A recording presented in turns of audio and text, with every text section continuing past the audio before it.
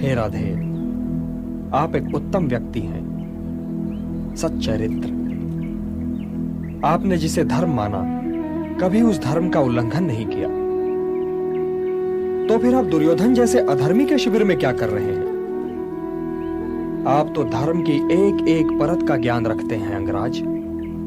आप तो ये सोच नहीं सकते कि दुर्योधन का मार्ग धर्म का मार्ग है, सत्य का मार्ग है। परंतु मेरे और दुर्योधन के संबंध का आधार न धर्म है केशव, और न ही अधर्म। इस संबंध का आधार स्नेह है। वो मेरा मित्र है।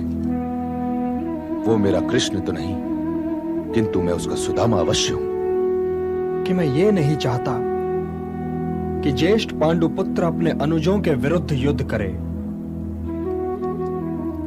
आप बुआ कुंती के विवाह के पहले जन्म ले चुके थे, इसलिए नियमानुसार आप बुआ कुंती के पति महाराज पांडु के ज्येष्ठ पुत्र हैं। आप ज्येष्ठ पांडव हैं कर्ण, आप ज्येष्ठ पांडव हैं। मेरे साथ चलिए कर्ण। इंद्रप्रस्थ राज का मुकुट आपके सिर पर होगा। आपके अनुज आपका चरण स्पर्श करेंगे। सर्वश्रेष्ठ गदाधर भीम आपके सिर पर छत्र की छाया रखेंगे।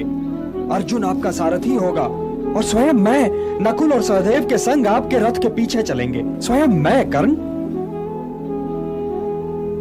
हे प्रिय पांडुपुत्र, धर्म पालन में आप युधिष्ठिर जैसे हैं, धनुर्धरी में आप अर्जुन जैसे हैं, सौंदर्य में आप नकुल जैसे हैं और योद्धा की शालीनता में आप सहदेव जैसे हैं।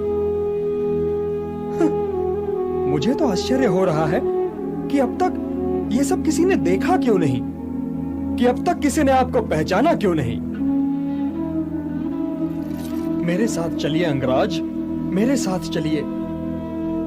मैं सारे संसार को आपके चरणों में डाल दूंगा, सारे संसार को। और इससे ऊपर ये कि आपको 5 भाई मिल जाएंगे और आपको अपनी माता मिल जाएगी।